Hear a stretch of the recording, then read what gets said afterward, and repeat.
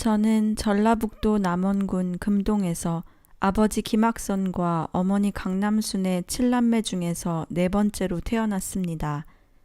1928년 음력 1월 29일 제가 태어난 그날은 초봄이지만 햇살이 따스하고 바람도 싱그러웠다고 합니다. 부모님은 이목구비가 단아한 것을 보고 매우 기뻐했으며 온유하고 점잖았던 아버지는 제게 김금남이라는 이름을 지어주셨습니다. 남원 금동에서 얻은 딸이라고 하여 그랬는지 모르겠지만 아버지는 유교의 선비요. 마음이 군자같이 어진 분인데 앞산의 금암봉에 자리 잡은 금수정에 자주 오르셨습니다. 그곳에서 바라보면 금수처럼 아름답게 흐르는 요천강의 풍경이 빼어나서 남원 팔경의 하나라 하였습니다. 아마도 아버지는 딸이 그처럼 고이 곱게 자라나길 기원했는지 모르겠습니다. 저는 어려서부터 언니들을 따라 교회에 다녔습니다. 어머니도 주일이면 어린 딸들이 열심히 교회에 나가는 것을 보고 교회에 발을 들여놓게 되었답니다. 말이 없이 조용한 성품이고 너그러우신 아버지는 모든 일을 어머니께 맡기고 어머니 뜻대로 따르시는 분이었습니다. 어머니 강남수는 결혼 후 10여 년 동안 한복에 흰 두루마리를 입고 갓을 갖춰 여러 제사를 지내는 유교 집안에서 살았습니다. 번거롭고 형식적인 유교의 재래의식에 실망을 하던 차에 여동생 강부남의 권유로 기독교에 끌리게 되었습니다. 특히 어린 자녀들이 일요일이면 빠지지 않고 즐겁게 다니는 것을 보며 아이들과 함께 교회에 드나들게 되었습니다. 이것이 바로 훗날 갈보리의 어머니라 불리는 어머니 강남순의 첫 신앙생활이라 할 수 있을 것입니다. 그 시절만 해도 여자아이들은 흔히 학교에 잘 보내지 않았지만 교육열이 컸던 어머니 덕분에 저는 9살에 남원 용성국민학교에 입학을 했습니다. 공부가 무척 재미있어서 새로 시작되는 학교 생활을 즐겼습니다. 많은 사람이 굶주리던 그 시절에 크게 굶주리지 않고 큰 어려움 없이 학교에 다녔습니다. 언니들을 따라 자매들과 함께 교회에 다니는 것도 마냥 즐겁고 좋았습니다. 그러다 당시 국어 교과서에 나온 나이팅게일에 대한 이야기를 접하게 되었습니다. 크리미아 전장에서 부상병을 돌보는 나이팅게일의 봉사정신에 몹시 감동했습니다. 무엇보다 고통받는 부상병들이 나이팅게일의 발자국 소리만 듣고도 마음의 위로를 받았다는 대목에서 크게 울림이 왔습니다. 그래서 나도 나이팅게일처럼 언젠가는 아픈 이들을 도와주는 간호사가 되고 싶다는 꿈을 갖게 되었습니다.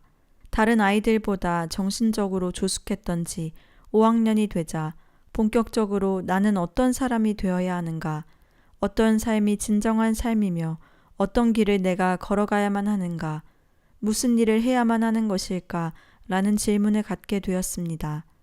그러던 차에 다시 5학년 국어 교과서에서 수행자와 라세스라는 이야기를 접하게 되었습니다. 저는 한 줄기 빛을 만난 듯 그 이야기에 푹 빠져들었습니다. 그 이야기는 다음과 같습니다. 어떤 사람이 인생이 허무하다는 것을 깊이 느끼고 영원한 진리를 찾고자 하였다. 그는 궁극적 진리를 찾아서 수행자의 길을 가고자 결심하고 깊은 숲속으로 들어갔다. 오직 신의 음성만을 갈망하며 간절히 기도를 하면서 숲속을 걷고 또 걸었다. 산길을 걸으며 많은 날들이 지나갔지만 어디에서도 신의 음성은 들리지 않았다. 그러던 어느 날 아침 뭔가 알 수 없는 분위기에 끌려 기도를 하고 있는데 어디선가 한 목소리가 들려왔다. 그 수행자는 자기도 모르게 그 목소리에 귀를 기울였다. 그 목소리는 낮고 그윽했으며 거룩하고 아름다웠다. 마치 느린 노래와 같았다. 이 세상은 비록 지금 화려하게 보이지만 노래는 거기서 멈추고 더 이상 나오지 않았다. 그 수행자는 아무리 귀를 쫑긋해도 더 이상 아무런 소리를 들을 수가 없었다. 그는 마음이 안절부절 못하며 나머지 노래를 마저 들으려 했지만 도저히 불가능하였다. 그는 나머지 부분을 듣고자 오직 기도에 전념했지만 신의 노래는 그의 곁으로 돌아오지 않았다. 미칠 듯한 갈증으로 노래를 구했지만 속수무책이었다. 수행자는 자신이 돌이 된다 해도 노래의 마지막 부분을 듣고자 하는 갈망을 결코 포기할 수 없었다. 그래서 식음을 전폐하고 오로지 기도에만 전념을 했다. 수행자의 몸은 마른 가지처럼 비쩍 마르게 되었다. 어느 날 여명 속으로 누군가가 다가왔다. 그가 바라보니 시커먼 몸에 털이 무성하고 푸른 눈에 무서운 모습을 한 도깨비였다. 그는 깜짝 놀랐지만 태연한 척 마음을 가다듬고 도깨비를 올려다보며 물었다. 넌 누구냐? 난 무엇이나 잡아먹는 라세스다. 배가 고프니 비록 비쩍 마른 놈이지만 너라도 잡아먹어야겠구나. 그런데 너는 무엇 때문에 이렇게 기도에 매달리고 있느냐? 신의 음성이 듣고 싶어서 그렇다. 며칠 전 신의 음성을 들었는데 그만 중도에 그치고 말아 못 들었단다. 채 듣지 못한 그 나머지를 듣고 싶어 이렇게 기도하는 중이다. 그것이 그토록 듣고 싶으냐? 수행자는 묵묵히 고개를 끄덕였다. 라세스가 다시 말을 이어갔다. 난 며칠을 굶어서 지금 죽을 지경이야. 만약 내가 내 몸을 먹도록 해준다면 나머지 신의 음성을 알려줄 텐데 허락하겠느냐? 수행자는 눈이 번쩍 뜨였다. 그래? 나는 오직 일편단심 신의 음성만을 듣고 싶을 뿐이다. 네가 나머지 노래를 알려준다면 기꺼이 나의 목숨을 주겠다. 그러자 라세스는 천천히 눈을 감고 무거운 목소리로 나머지 부분을 읊기 시작했다. 수행자는 경건하게 두 손을 합장하고 마음을 모았다. 이 세상은 비록 화려하게 보이지만 이 세상은 모두 헛된 것, 허무한 것, 형형색색의 고운 꽃도 머지않아 지나니 내가 있는 세상 무엇인들 영원할까? 삶과 죽음은 둘이 아니니 생사를 넘어서면 너도 없고 나도 없고 오직 영원한 빛으로 가득하리라. 눈 위 산속 어디선가 들려오는 고귀한 언어, 아름다운 목소리, 힘겨운 세상살이에 심신이 모두 지친 한 사람의 수행자가 문득 그 소리에 귀를 기울이니 기쁨이 마음속에 넘쳐 흐른다. 덧없어라. 험한 산을 오늘도 넘어가니 헛된 꿈을 꾸지 않고 취하지도 않으리. 어차피 죽어야 할 이 몸을 바쳐 영원한 생명을 얻으려 하는구나. 이 말이 끝나자 수행자는 기쁘게 웃으며 자리에서 일어났다.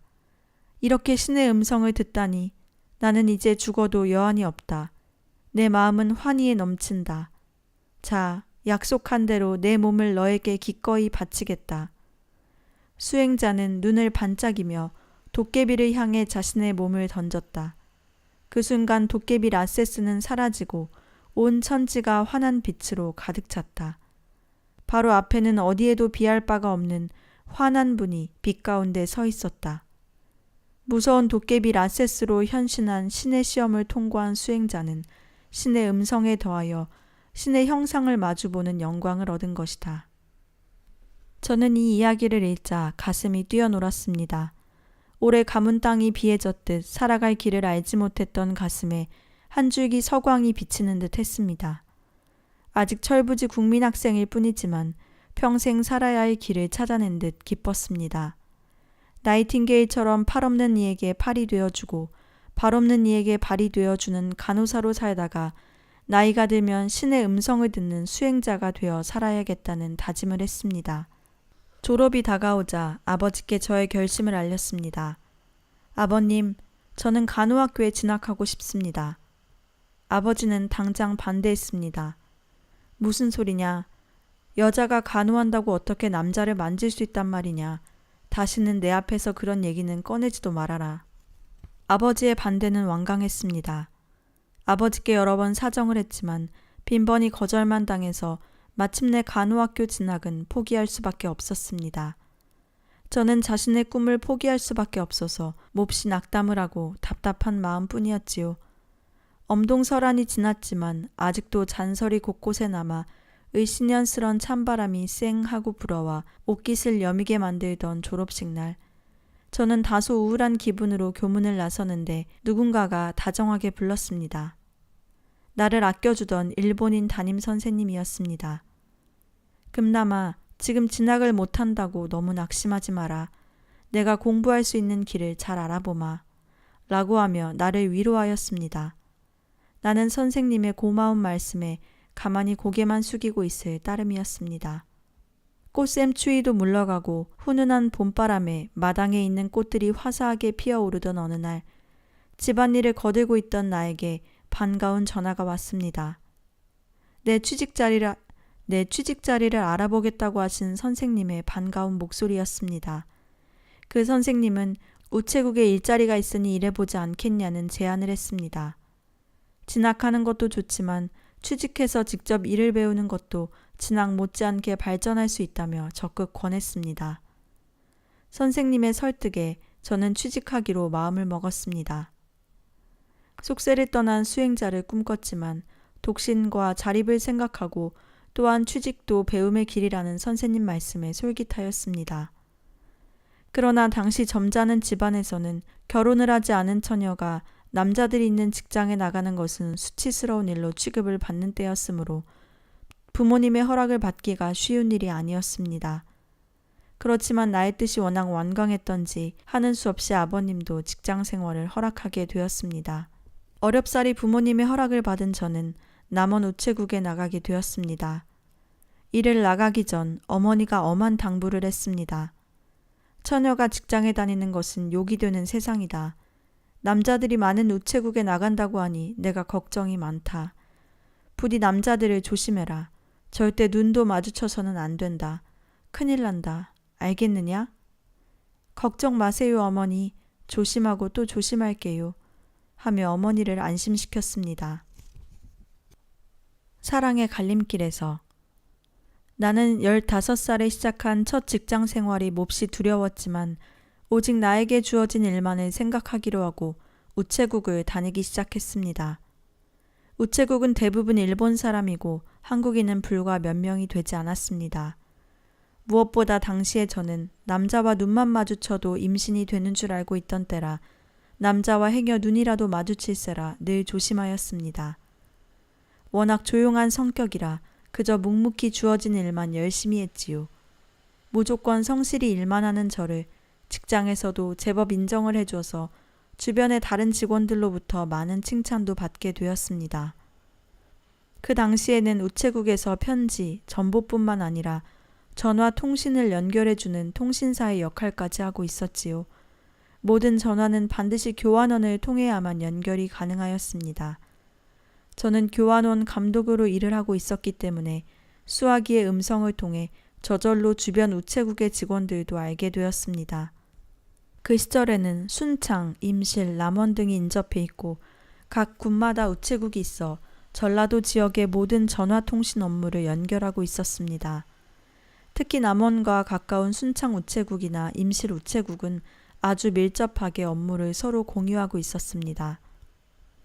그러던 중 순창 우체국의 국장 대리일을 보던 한 직원이 직무상 전화기를 통해 저와 대화를 나누게 되고 저의 차분한 말씨에 호감이 갔는지 자주 전화를 걸어왔습니다. 저도 그에 대한 소문은 이미 듣고 있었습니다. 여러 직원이 그에 대해 외모가 수려하고 행동과 인품이 출중하다고 칭찬을 해서 저도 역시 그에 대해 호기심과 존경을 품고는 있었지요.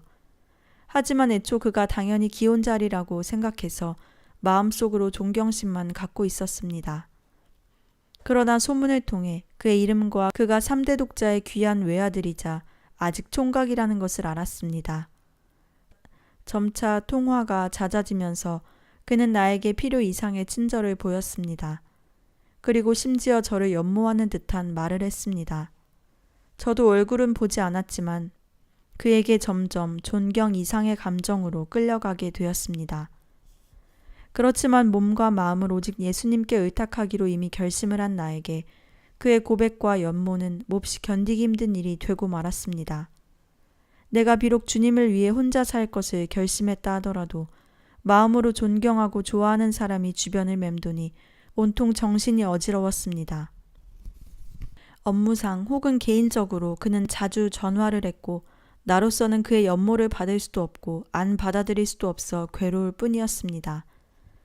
어느 날인가 제가 일에 몰두해 있는데 왠지 머리 뒷부분에 이상한 느낌이 들어서 돌아보니 한 남자가 나를 뚫어져라 쳐다보고 있었습니다. 순간 저는 그 남자가 나를 연모하는 사람임을 느끼고 몹시 당황했지요. 그날은 도저히 이를 볼 수가 없어서 아프다고 핑계를 대고 조퇴를 해버리고 말았습니다. 저는 이성적으로 이런 상황을 도저히 받아들일 수가 없어 나날이 괴로움만 더해갔습니다. 설상가상으로 집에서는 저의 결혼을 서두르고 있었지요. 제 나이는 아직 17에 불과했지만 그 시절에는 여자 나이 20살이 넘어가면 노처녀로 취급받아 결혼이 어려워져 딸아이를 둔 부모들은 어떻게 해서든지 20살 이전에 혼인을 맺으려고 서둘렀습니다. 그래서 독신의 길을 가고자 하는 저의 의중은 아랑곳하지 않고 어머니는 중매를 알아보는 등 결혼을 재촉하였습니다. 혼기가 닥친 여동생들을 위해서라도 어머니는 저를 빨리 시집을 보내야만 했습니다.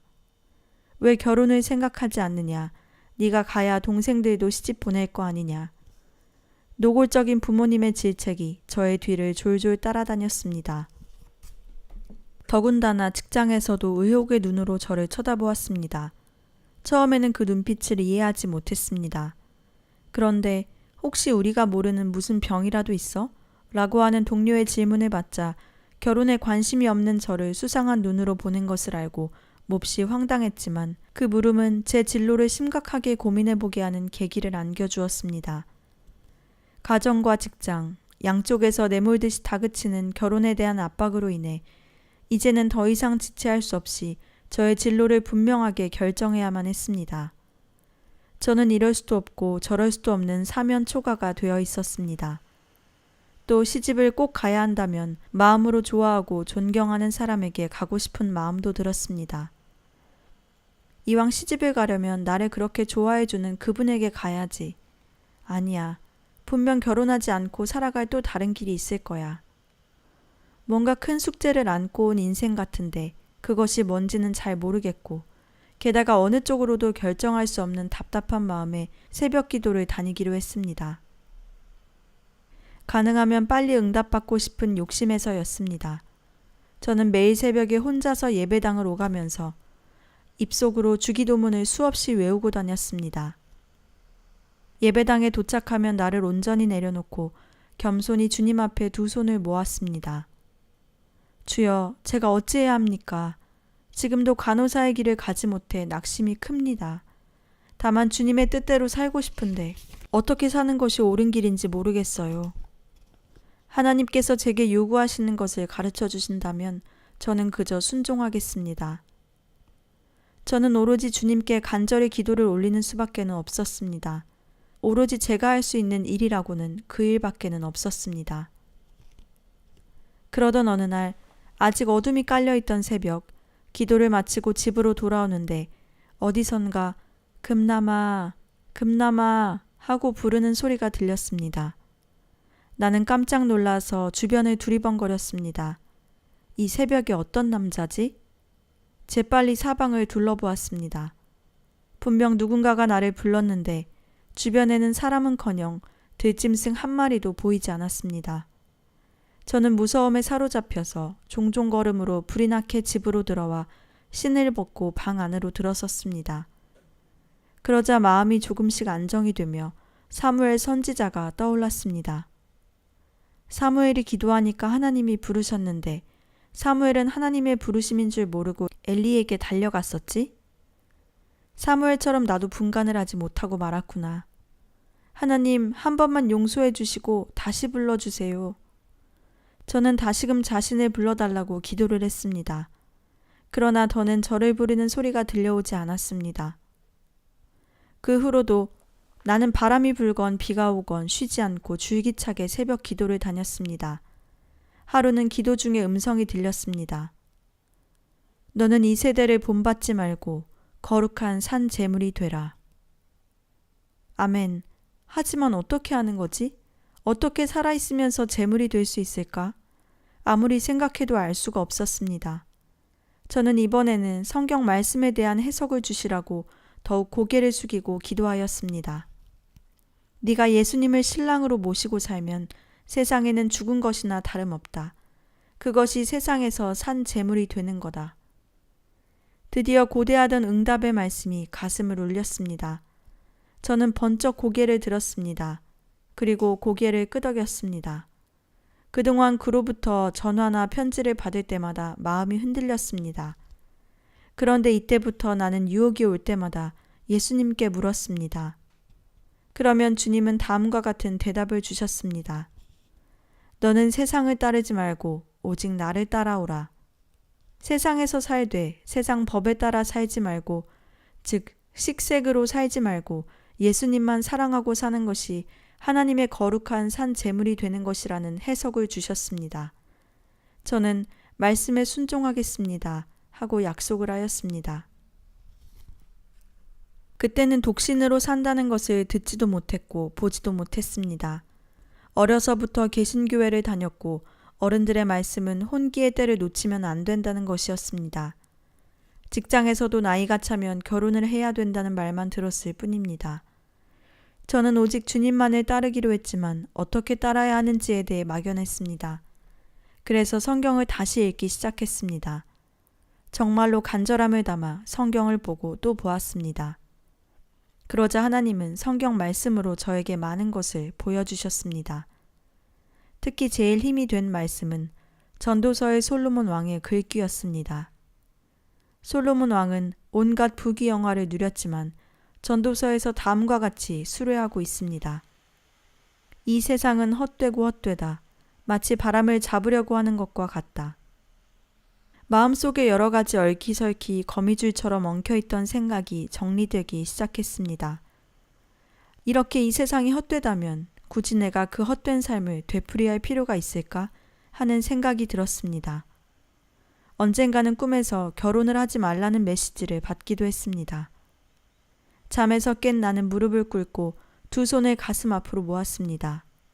남자와 연애를 하면 당장 쫓겨나는 그 시대, 더구나 그가 나를 연모해서 거의 상사병에 이르렀다는 소문까지 있어 아무에게도 말할 수 없는 그 사람을 위해 간절한 기도를 올렸습니다. 3대 독자 외아들인데 그이가 죽으면 안 되잖아요. 부디 그분의 마음을 돌이켜주세요. 저는 아무도 모르게 그 사람을 위해 열심히 기도하고 또 기도를 했습니다.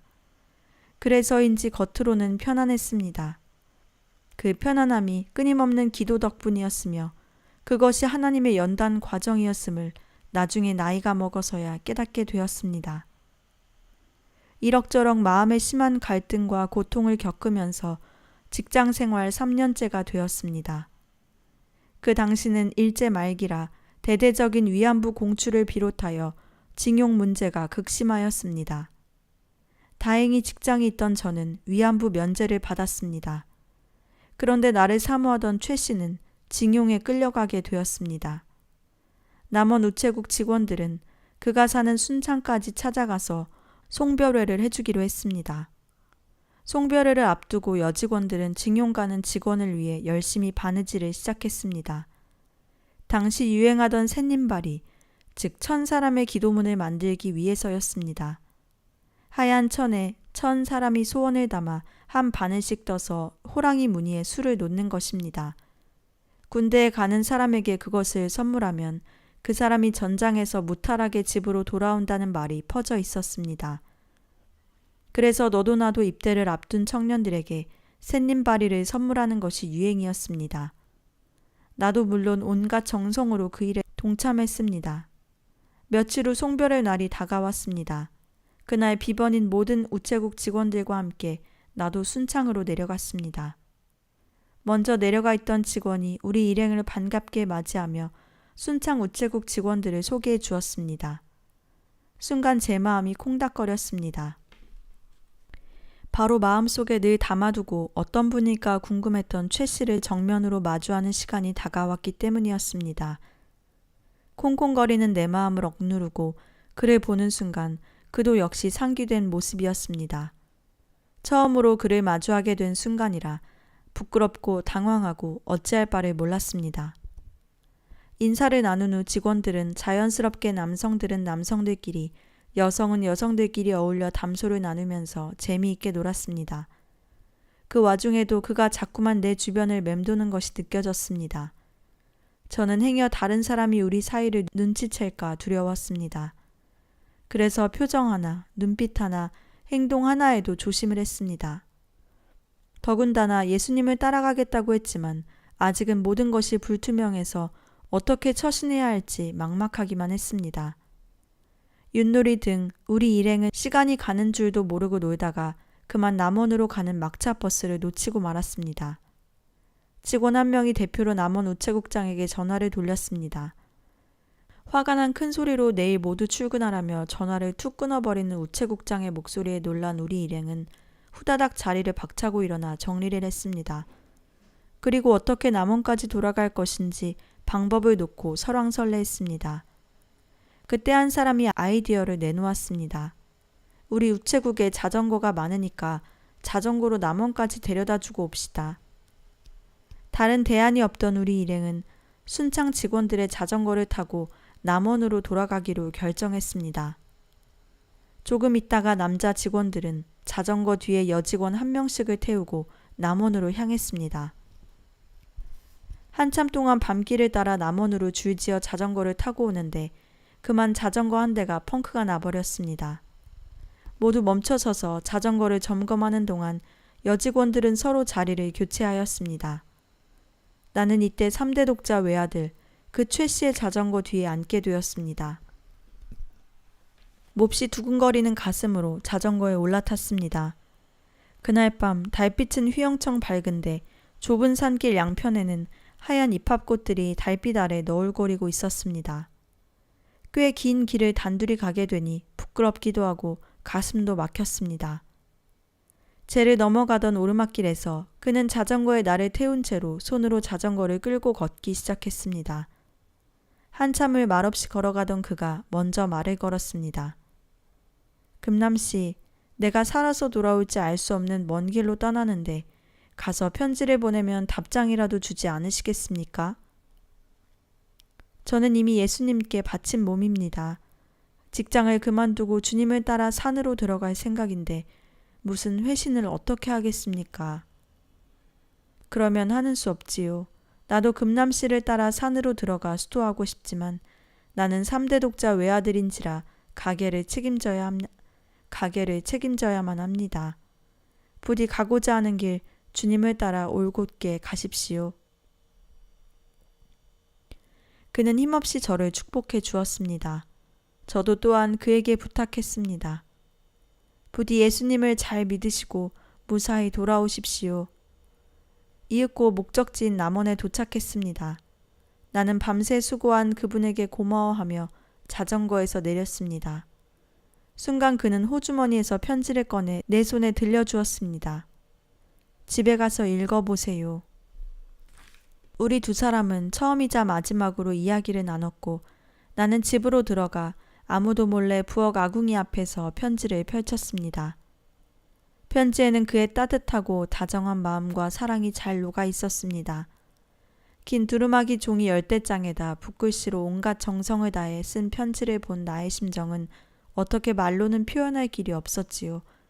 나를 향한 애틋한 마음, 그리고 그 마음을 표현하는 절묘한 문장, 단아하면서도 세련된 필체와 더불어 편지는 어디 한 곳 부족함이 없어 제 마음을 더욱 흔들어 놓았습니다. 저는 살지 죽을지 모르는 그를 떠나보내야만 하는 마음과 이성을 향한 나의 연민, 그리고 주님을 모시고자 하는 마음 사이에서 갈기갈기 마음이 찢어지는 아픔을 느꼈습니다. 그의 편지를 한 장 한 장 읽어가며 그와 동시에 불 아궁이에 쑤셔 넣으면서 저는 슬픔과 홀가분함을 동시에 느꼈습니다. 나와 갈 길이 다른 분이기에 떠나보낼 수밖에 없는 슬픔과 그에게서 해방되는 마음, 그리고 기어이 주님의 길을 따르고자 길을 선택하는 데에 따른 결기 같은 것도 있었다고 해야 할지 모르겠습니다. 오직 주님의 피조물인 그가 잘 살기를 바라면서 깊은 기도를 올렸습니다.